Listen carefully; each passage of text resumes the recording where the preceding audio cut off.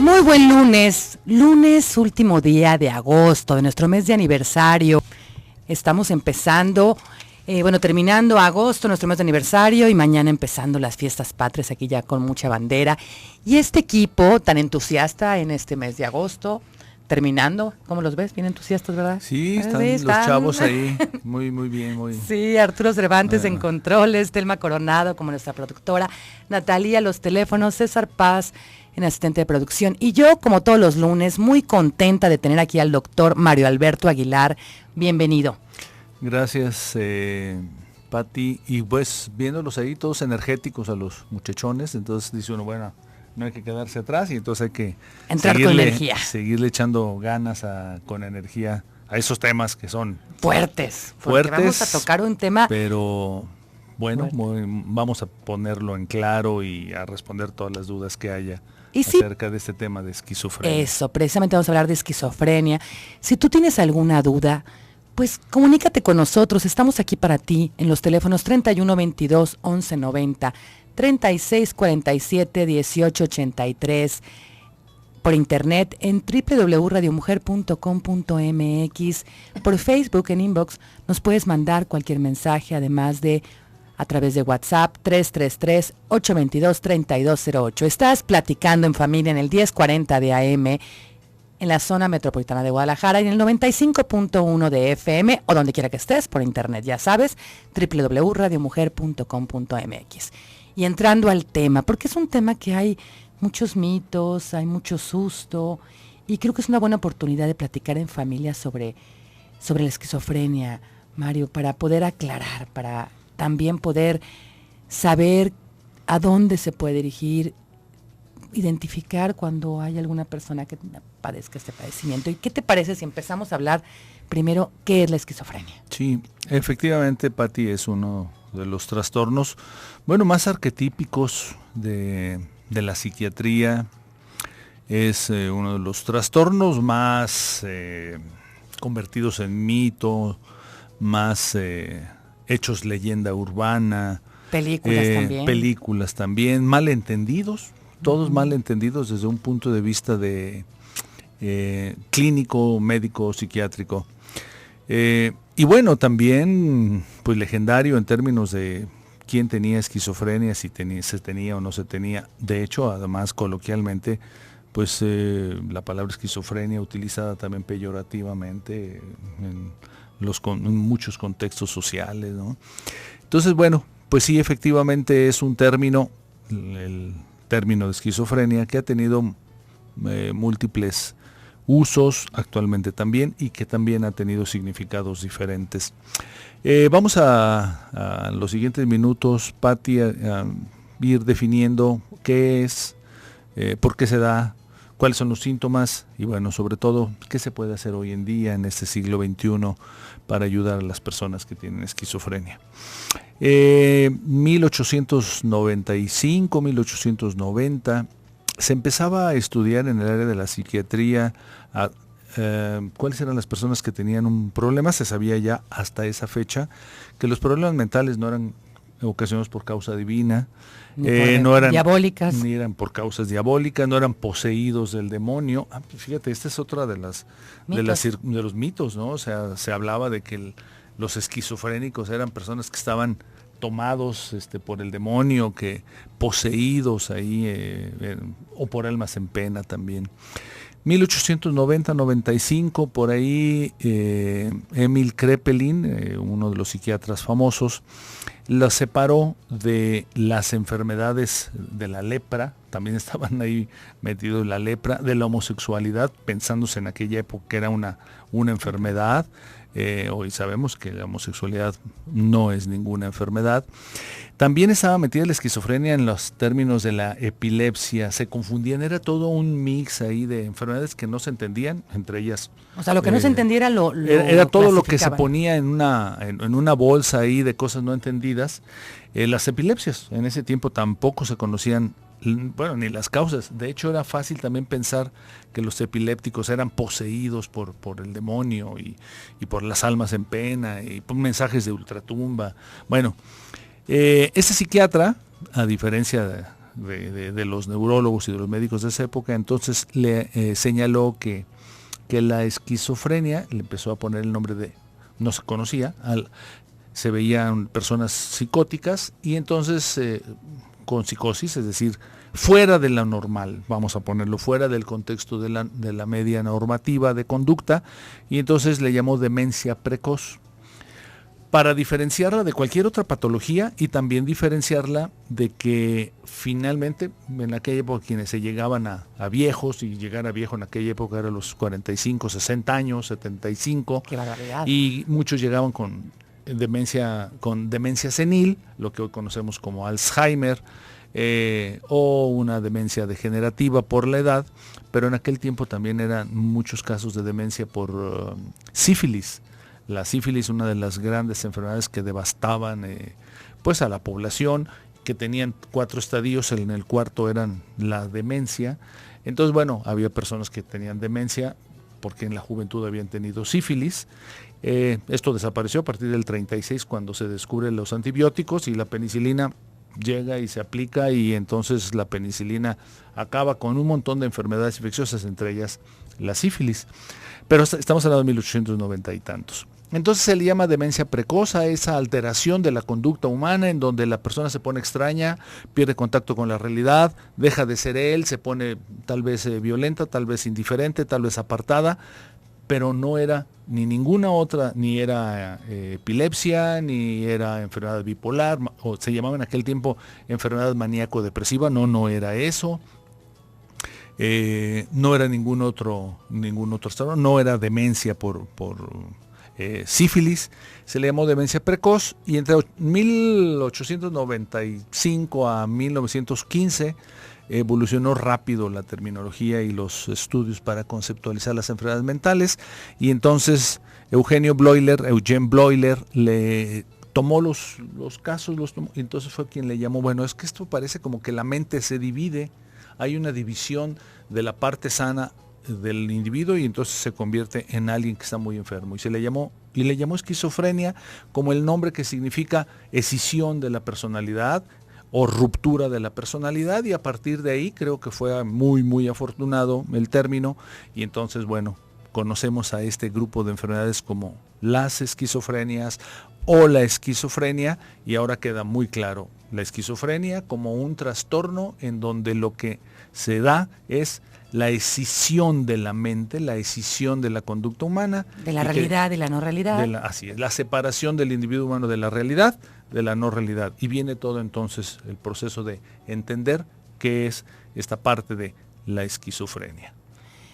Pues qué interesante, y además de que ahorita ya hay muchísimo más estudios, ya se puede definir, sí, también, hay diferentes tipos de esquizofrenia y demás. Sí, estaremos hablando de las causas. Bien, pues vamos a un corte comercial, no te vayas, estamos hablando de la esquizofrenia con el doctor Mario Alberto Aguilar. Regresamos en un momentito.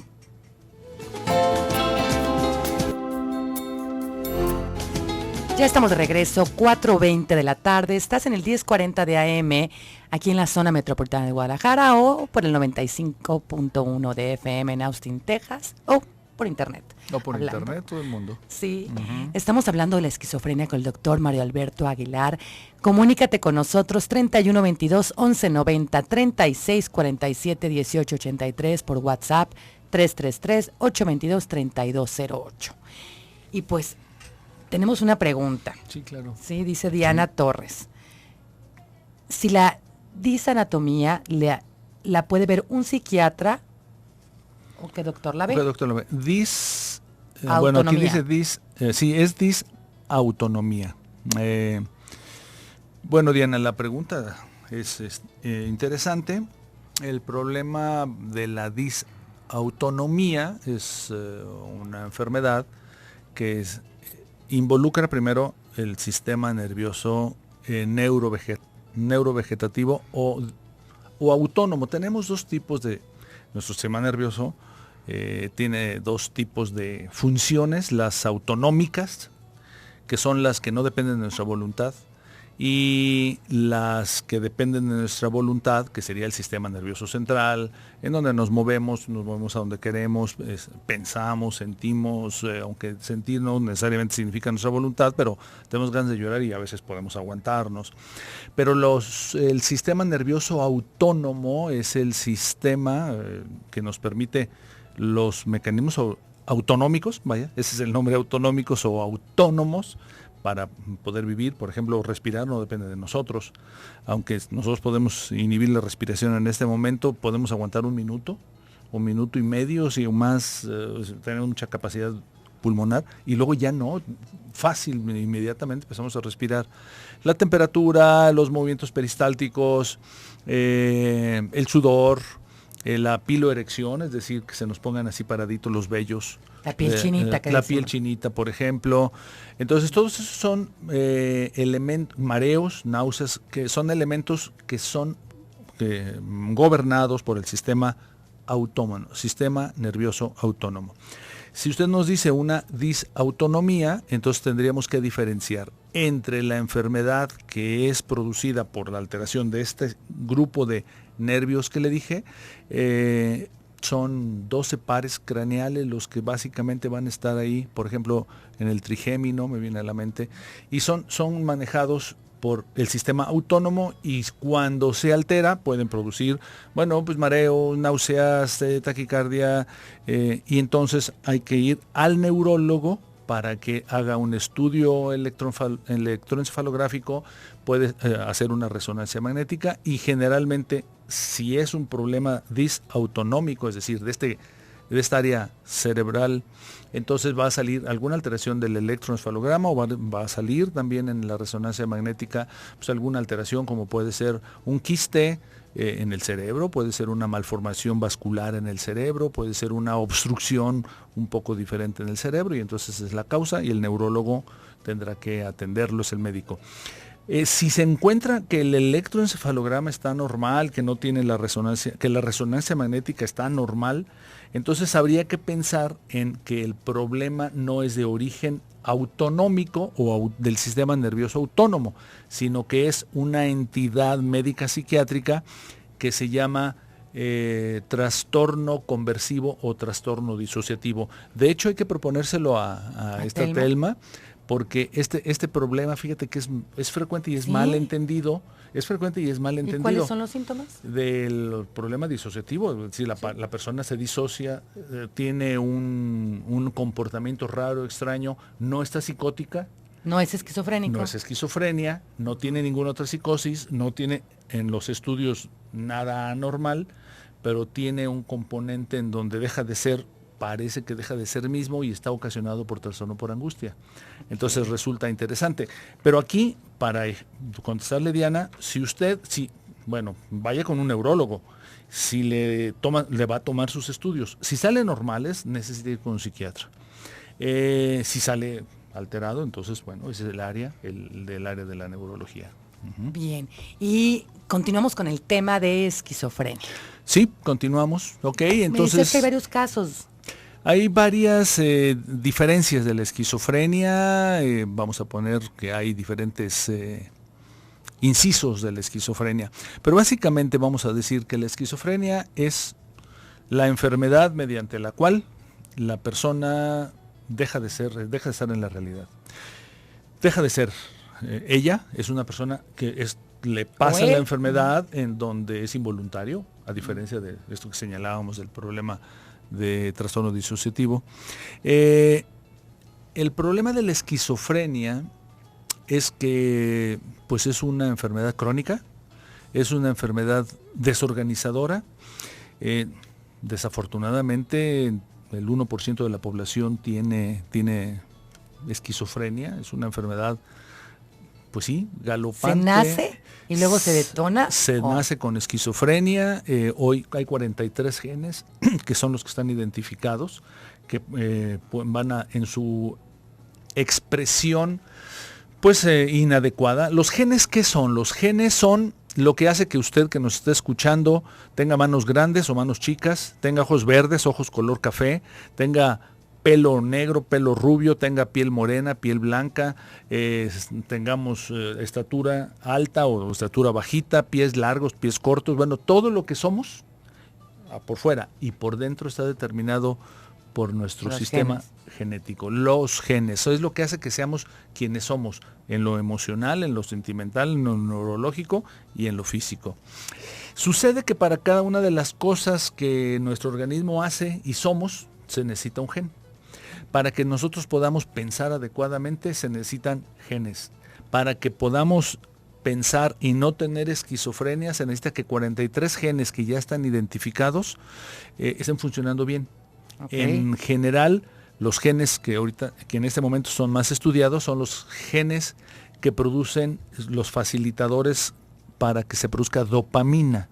La alteración de los genes que producen dopamina van lamentablemente a desarrollar, a inducir la esquizofrenia. Pero no nada más dopamina.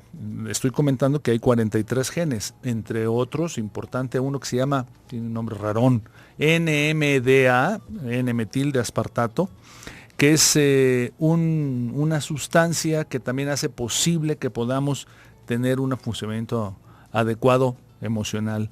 También otro glutamato y otros nombres rarones que en total son los que han sido estudiados y que se heredan. La enfermedad por esquizofrenia sí se hereda, lamentablemente. Esto estaba muy claro cuando nacen dos gemelos univitelinos o bivitelinos y que uno de los dos padres o los dos padres tienen esquizofrenia, se separan y uno de ellos es adoptado y el otro, digo, por causas de adopción, y el otro se va a otra casa o se queda en un orfelinato porque los padres no pueden con él porque uno de los papás tiene esquizofrenia.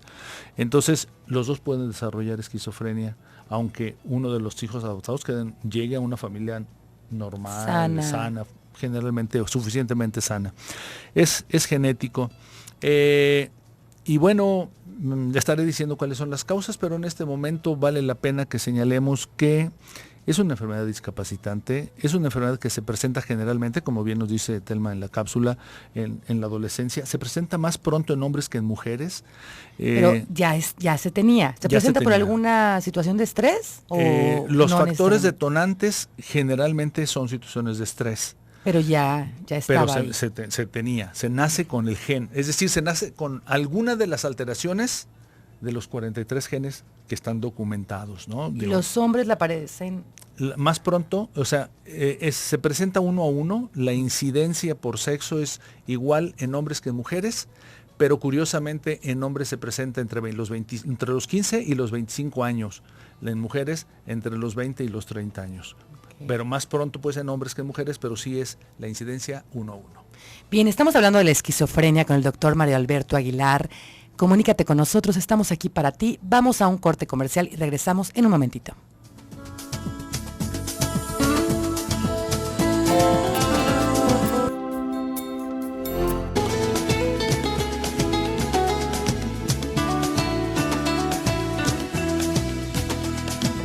Ya estamos de regreso, 4:34 de la tarde, ya en la mitad del programa.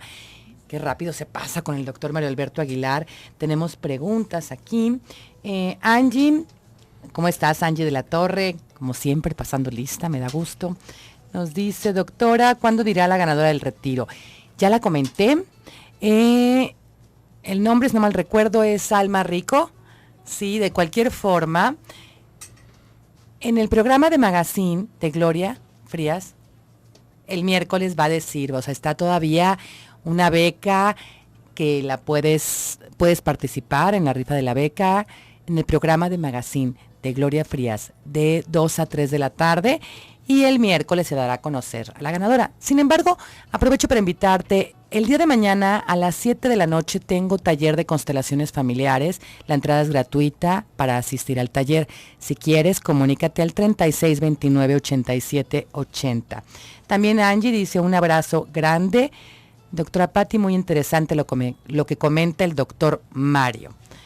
Pues sí, en eso gracias, estamos. Angie. Sí, gracias. Y aquí también tenemos otra pregunta. Nos dice, buenas tardes, felicito al invitado. Mi pregunta, ¿qué examen se realiza para determinar si tengo esquizofrenia?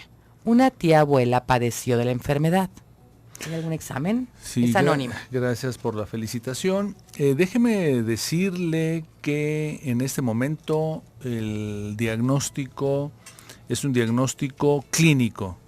Es un diagnóstico médico-psiquiátrico clínico con la entrevista directamente, al paciente y necesariamente una entrevista médica psiquiátrica colateral, esto es, al familiar del paciente.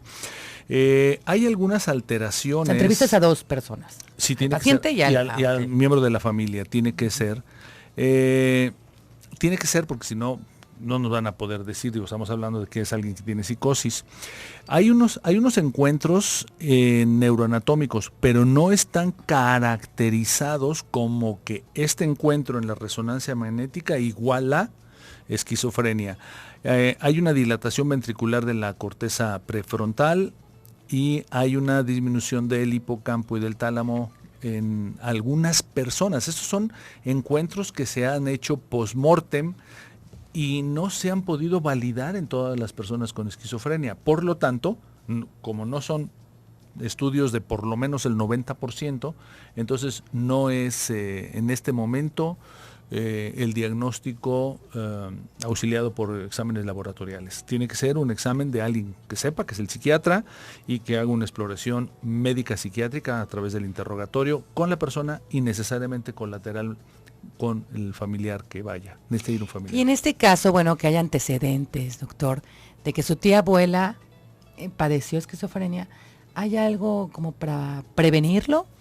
Bueno, la información definitivamente, sí, importante saber que si tuvo esquizofrenia puede tener facilidad para alguna enfermedad. Desafortunadamente, pues esto es lo que nos dice hoy la medicina, es claro.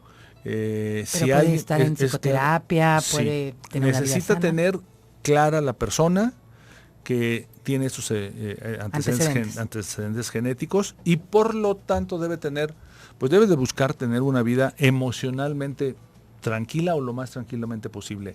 Los factores detonantes son las situaciones de estrés. Factores... Y no necesariamente lo puede heredar, ¿no es? Si es la tía abuela. No, no necesariamente. Okay. Es decir, aquí habría que ver cuál es el rango estadístico dependiendo del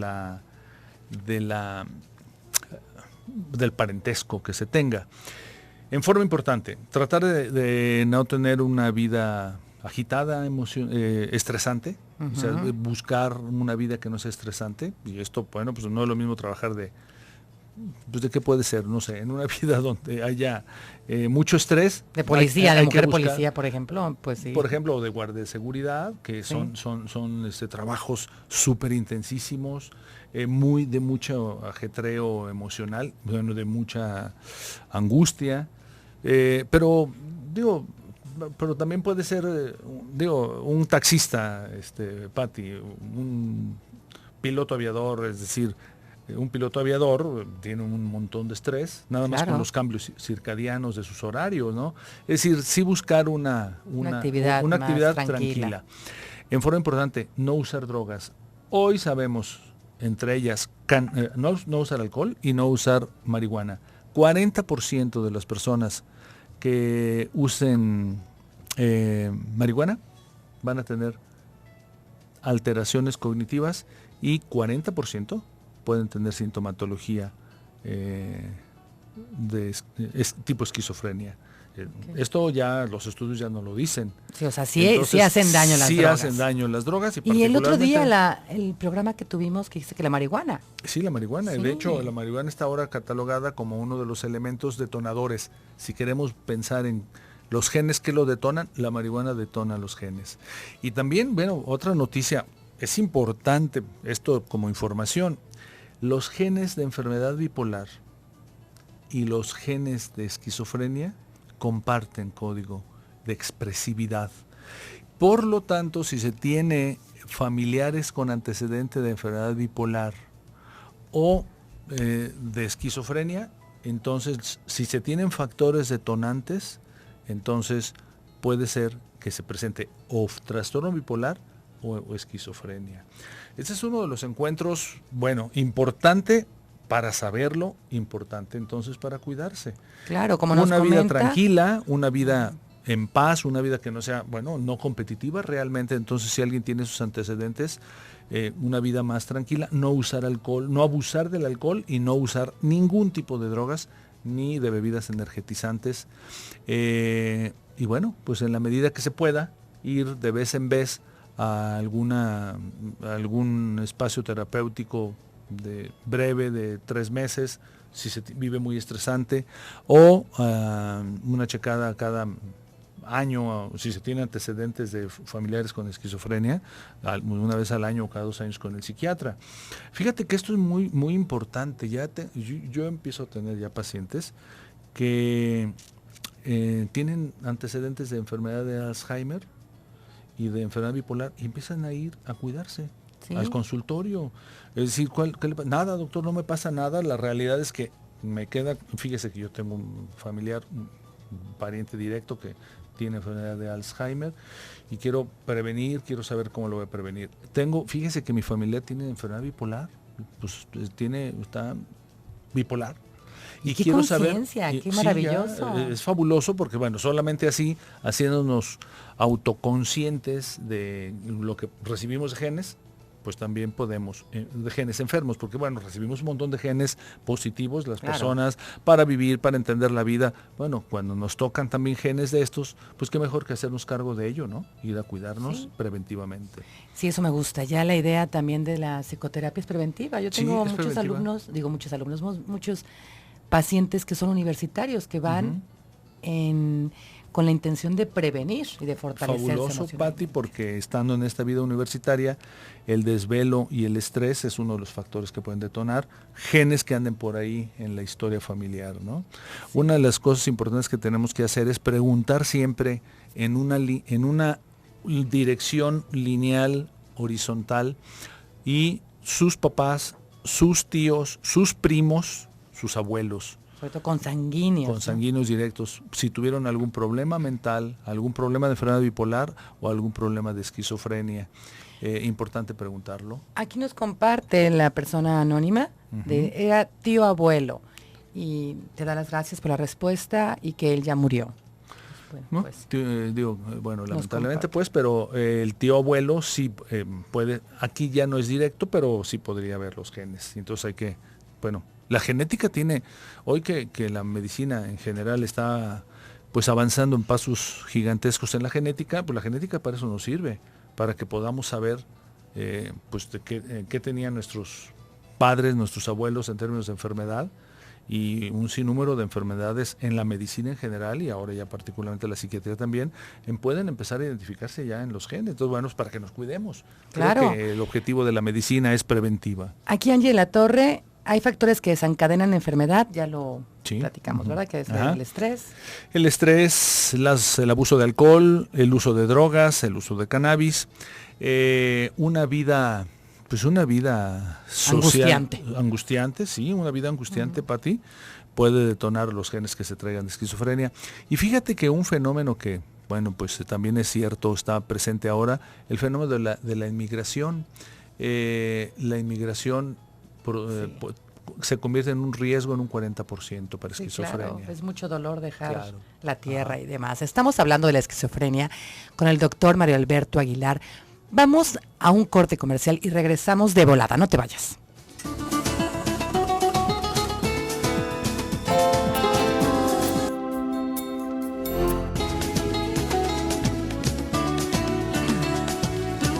Ya estamos en el último bloque de tu programa, Platicando en Familia. Estás en el 1040 de AM o en el 95.1 de FM o por internet, por donde quiera que estés escuchándonos. Esta es tu casa y es una plática en familia sobre la esquizofrenia. Y tenemos varias llamadas. Pati, con todo gusto. Bueno, aquí nos dice Pati Cermeño. Buenas tardes, saludándolos y felicitándolos por el programa. También para avisar que por favor me borren de la lista de participantes para la beca del retiro, porque no podré asistir en caso de ser ganadora. Gracias, Pati Certeño. Gracias, Pati, porque sí es una oportunidad y bueno que eres honesta y que alguien más lo pueda disfrutar. Te recuerdo también que el día de mañana a las 7 tengo taller de constelaciones familiares y estás invitada, 3629-8780. Nos comentan también por WhatsApp, dicen, tengo un amigo que su mamá tiene Alzheimer y él consume marihuana. ¿Le afectará al estado anímico? Sí, le va a afectar al estado anímico, le va a afectar al estado cognitivo y puede ser un factor detonante más pronto del Alzheimer. El Alzheimer es una enfermedad que está directamente relacionada con carga genética. Bien, entonces acá tenemos también otra anónima. Dice, yo considero que la esquizofrenia también se da por los cursos de las constelaciones que no vienen de Dios. ¿Sabes? ¿Cómo? Sí, por los cursos de constelaciones que no vienen de Dios. Me están echando. Bueno. La esquizofrenia también se da por los cursos de las constelaciones porque no viene de Dios. Bueno, Pati, tú le comentas qué son las constelaciones. Lo que yo le puedo decir a nuestro anónima es que la esquizofrenia se presenta por causas genéticas y que existen factores detonantes que son el estrés, uso de alcohol, abuso de alcohol, y de hecho abuso de alcohol y poco a poco sí se abusa, uso de drogas y una vida inestable emocionalmente. Claro. Entonces, esto es lo que como empezaste el programa, esto es ¿no? lo que detona, así es la esquizofrenia. Y entonces, pues... Bueno, pues yo creo que sería interesante hacer un programa nuevamente de constelaciones para hablar de los mitos, del por qué a veces se dice que no son de Dios y dar todos los fundamentos teóricos, porque definitivamente es como cuando empezamos el programa que bien nos dijiste que enfermedades como la esquizofrenia, como la bipolaridad, o epilepsia, decían que eran endemoniadas. ¿no? Sí. Claro. Lo importante es como entenderlo y con muchísimo gusto yo le puedo comentar, ampliar sobre el tema y hablar. Claro, y que te mande un correo o algo para ti para que le contestes y le aclares esta área de laboral terapéutica que haces, ¿no? Me encantaría. Mónica, María Sánchez, ¿me puede decir los síntomas de la esquizofrenia y de la bipolaridad? Y la voy a juntar con otra que es muy similar. Dice Laura Sánchez, felicidades por el programa. ¿Qué diferencia hay entre bipolaridad y esquizofrenia? Sí, están juntos los... Bueno, básicamente los síntomas de la esquizofrenia se dividen en 5, son trastornos, síntomas positivos, síntomas negativos, síntomas afectivos, síntomas de desorganización o síntomas por desorganización y síntomas cognitivos. Los básicos son síntomas positivos, es decir, la persona tiene alucinaciones, cree ver cosas, jura que son cosas que están ahí, oye cosas, son alucinaciones visuales y auditivas. Básicamente lo típico es la persona está viendo que ahí viene alguien que lo persigue, o está viendo al demonio, o está viendo a un ángel, o está viendo que en la televisión están hablando de él o de ella, oye voces en su cabeza que le dicen... pues que lo ofenden, o que ofenda a alguien, o que se masturbe, o que atraviese la calle, o incluso que se suicide, que se mate. El 7%, el 7% de las personas con esquizofrenia tienen lamentablemente final de suicidio, es decir, el 7% es un montón de intentos de suicidio. Estas son alucinaciones visuales, auditivas. Hay alucinaciones de la percepción, la gente... sienten hormigas, arañas. Sí, así es, esas son alucinaciones perceptivas. Hay desorientación, alteraciones en la conciencia, la persona no sabe quién es, no sabe dónde está, se llama pérdida de la conciencia, no se pone inconsciente, sino hay alteraciones de la conciencia porque no sabe quién es él y no sabe dónde está.